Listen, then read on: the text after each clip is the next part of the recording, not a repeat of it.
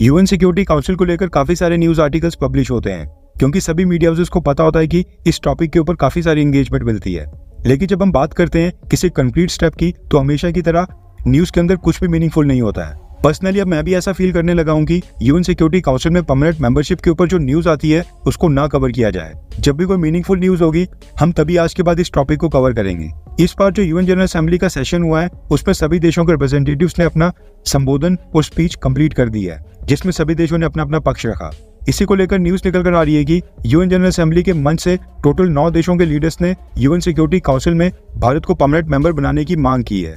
9 में से 3 देश परमानेंट मेंबर्स हैं, एक फ्रांस, दूसरा यूनाइटेड किंगडम यानी कि ब्रिटेन और तीसरा रशिया। इसके अलावा जो बाकी 6 देश हैं जिनके लीडर्स ने भारत को परमानेंट सदस्य बनाने की मांग की है वो हैं भूटान, बेलारूस, पुर्तगाल, माइक्रोनेशिया, अंगोला और चिले।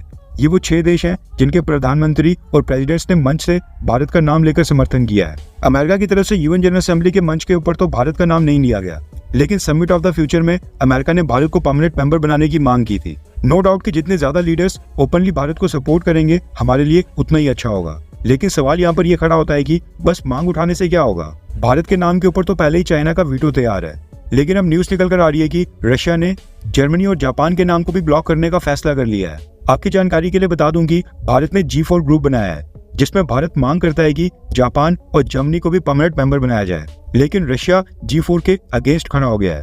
रशिया का कहना है कि यूरोप रीजन से पहले ही 2 देश फ्रांस और ब्रिटेन सिक्योरिटी काउंसिल में परमानेंट मेंबर्स हैं, इसलिए यूरोप से किसी भी देश को परमानेंट सीट नहीं दी जानी चाहिए।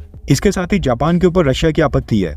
रशिया का कहना है कि एशिया से चाइना ऑलरेडी परमानेंट मेंबर है, इसलिए एक और देश भारत को एशिया से परमानेंट सीट देकर एशिया से केवल 2 ही देशों को परमानेंट मेंबर बनाया जाए।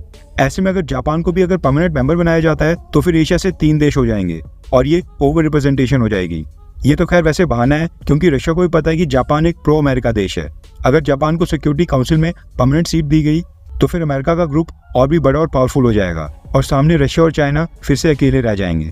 इसलिए रशिया जापान और जर्मनी के खिलाफ हो गया है। इसके अलावा एक और न्यूज निकल कर आ रही है कि अभी के 5 परमानेंट मेंबर्स ने आपस में ये डिसाइड किया है कि जो भी नए परमानेंट मेंबर्स बनाए जाएंगे उनको पुराने 5 परमानेंट मेंबर्स की तरह वीटो पावर इस्तेमाल करने का अधिकार नहीं दिया जाएगा, यानी कि permanent membership without any veto power. Bharat का कहना है कि अगर हमें परमानेंट मेंबर बनाया जाता है तो हमें भी पुराने वाले परमानेंट देशों की तरह वीटो पावर का अधिकार दिया जाए, वरना फिर सभी देशों के लिए वीटो पावर खत्म हो जानी चाहिए, ना ही नए परमानेंट मेंबर्स के लिए और ना ही पुराने वाले 5 देशों के लिए। और जब सिक्योरिटी काउंसिल के अंदर कोई फैसला लेना होगा तो वो सिंपली वोटिंग से करें। वैसे तो ये खैर भारत की सरकार डिसाइड करेगी, लेकिन मैं यहाँ पर आपकी राय जानना चाहता हूँ।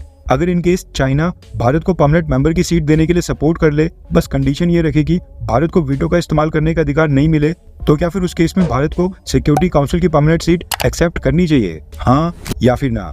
नीचे कमेंट करके अपनी राय जरूर बताएं।